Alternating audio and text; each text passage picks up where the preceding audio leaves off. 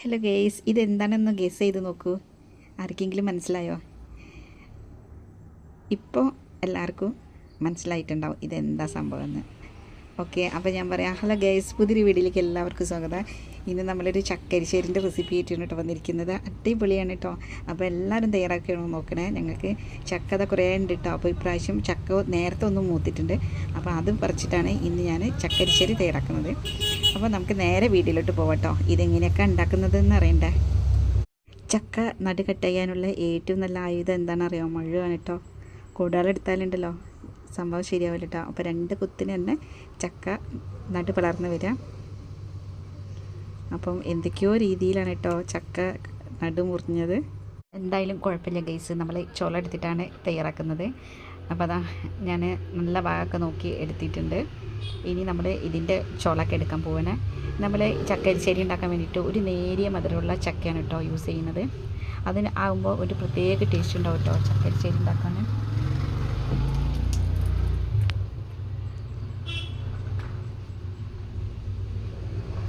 അപ്പോൾ നമ്മൾ ചക്കത എല്ലാം ചോള എടുത്ത് കൊണ്ടുവന്നിട്ടുണ്ട്. ഇനി നമുക്കിത് ചെറിയ കഷ്ണങ്ങളാക്കി മാറ്റാം. ഞാനിത് ഇങ്ങനെയാണ് കട്ട് ചെയ്തെടുക്കുന്നത്. ഇത് ലാസ്റ്റ് നമുക്ക് ഉടച്ചെടുക്കാനുള്ളതാണ്. അപ്പോൾ ചെറുതാക്കി അരിഞ്ഞാൽ പെട്ടെന്ന് തന്നെ എന്ത് വരും. പിന്നെ ചക്കരിശ്ശേരി ഉണ്ടാക്കുമ്പോൾ നമ്മളിതിൽ കുരു യൂസ് ചെയ്യുന്നില്ലേ.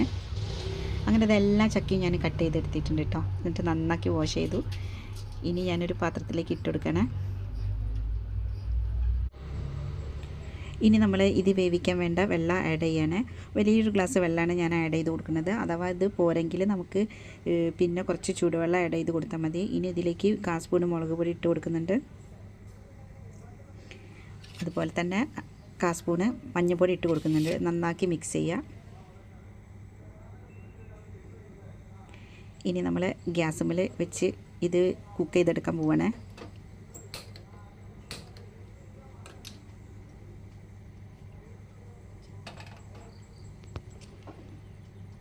ഇനി ഒന്ന് അടച്ച് വയ്ക്കട്ടെ.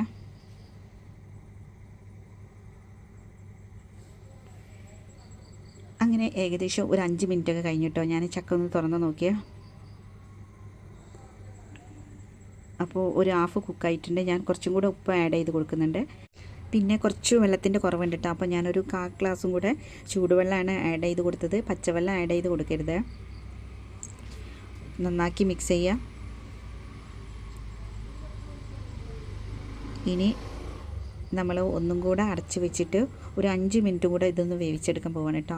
ഇനി ഇത് വെന്ത് വരുമ്പോഴത്തേക്ക് ഞാനിത് കുറച്ച് തേങ്ങ, ഒരു മുറി തേങ്ങ ഉണ്ട് കേട്ടോ. അതിലേക്ക് ഞാൻ ചെറിയൊരു സ്പൂണിന് നല്ല ജീരകം ആഡ് ചെയ്ത് കൊടുത്തു. ഇനി 2 പച്ചമുളക് എടുത്തിട്ടുണ്ട്. കുറച്ച് എരിവ് കുറവുള്ള പച്ചമുളകാണ്. അതുപോലെ തന്നെ ഒരു 8 ചുവന്നുള്ളി ഉണ്ടാവും കേട്ടോ. അത്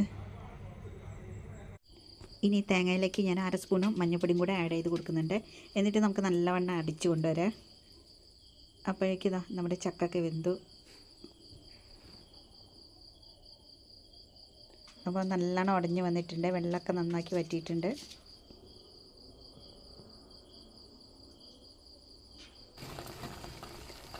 ഇനി നമുക്ക് തേങ്ങ ആഡ് ചെയ്ത് കൊടുക്കാം. മിക്സീൻ്റെ ജാറിലേക്ക് കുറച്ചും കൂടെ വെള്ളമൊക്കെ മിക്സ് ചെയ്തിട്ട് നമ്മൾ അതിലേക്ക് ഒഴിച്ചു കൊടുക്കാൻ പോവാണ്.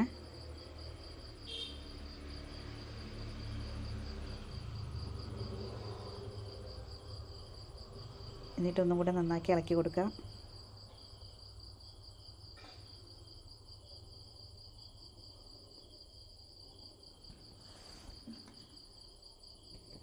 ഇനി ഞാൻ കുറച്ച് കറിവേപ്പില ആഡ് ചെയ്ത് കൊടുക്കാൻ പോവാണ്. ഇനി തിളയ്ക്കാൻ വേണ്ടി ഒന്ന് വെയിറ്റ് ചെയ്യുക. അങ്ങനെ ചക്കക്കഥ തിളച്ചു.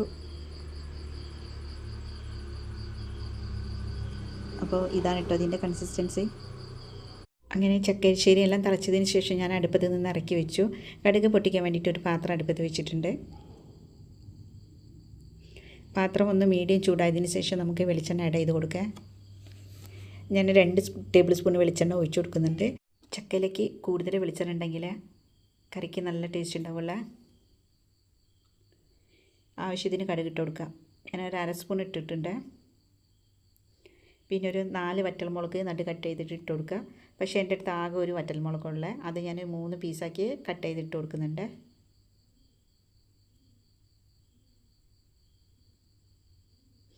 ഇതിന് ശേഷം ഞാൻ ഒരു അരമുറി തേങ്ങ ചിരകി എടുത്തിട്ടുണ്ട്. അത് റോസ്റ്റ് ചെയ്യാൻ വേണ്ടിയിട്ട് ഇതിലേക്ക് ഇട്ട് കൊടുത്തിട്ടുണ്ട്.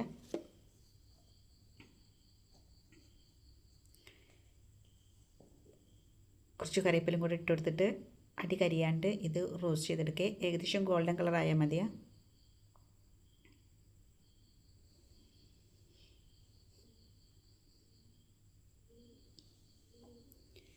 കൈവിടാണ്ട് ഇളക്കി കൊടുക്കുക.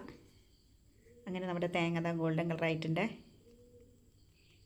ഇത്രയും മതിയായി. ഇനി നമ്മൾ എരിശ്ശേരി കറിയിലേക്ക് ഇത് ഒഴിച്ചു കൊടുക്കട്ടോ.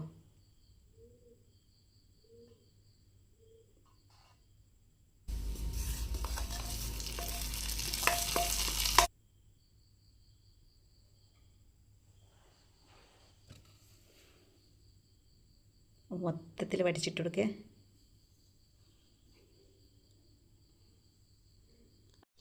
ഇനി നമുക്കിത് നന്നാക്കി മിക്സ് ചെയ്ത് കൊടുക്കുക. നമ്മുടെ തേങ്ങ എല്ലാം എല്ലാ സ്ഥലത്തും ആകുന്ന രീതിയിൽ മിക്സ് ചെയ്ത് കൊടുക്കുക. പിന്നെ ഉപ്പ് ഇല്ലെങ്കിലൊക്കെ ഇപ്പോൾ ഉപ്പൊക്കെ ആഡ് ചെയ്ത് കൊടുക്കുക. ഞങ്ങൾ കുറച്ച് ഉപ്പാണ് യൂസ് ചെയ്യാറുള്ളത്. ഓക്കെ, ഇത്രയും മതി കേട്ടോ.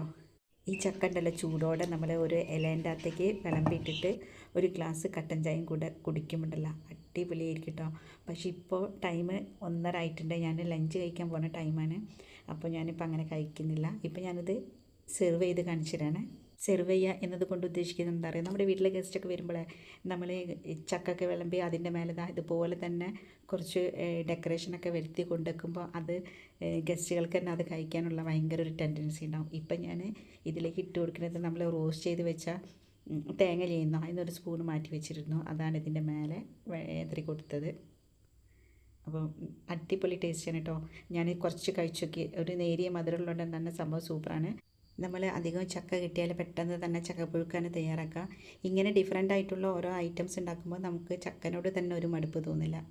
അപ്പം എല്ലാവരും തയ്യാറാക്കി നോക്കണേ. ഇത്രയേ ഉള്ളൂ വീഡിയോ ഇഷ്ടപ്പെട്ടതൊന്ന് ലൈക്ക് ചെയ്യുക. ചക്ക ഉണ്ടാക്കാൻ അറിയാത്തവർക്ക് എൻ്റെ വീഡിയോ ഒന്ന് ഷെയർ ചെയ്ത് കൊടുക്കാൻ മറക്കില്ല. Thank you.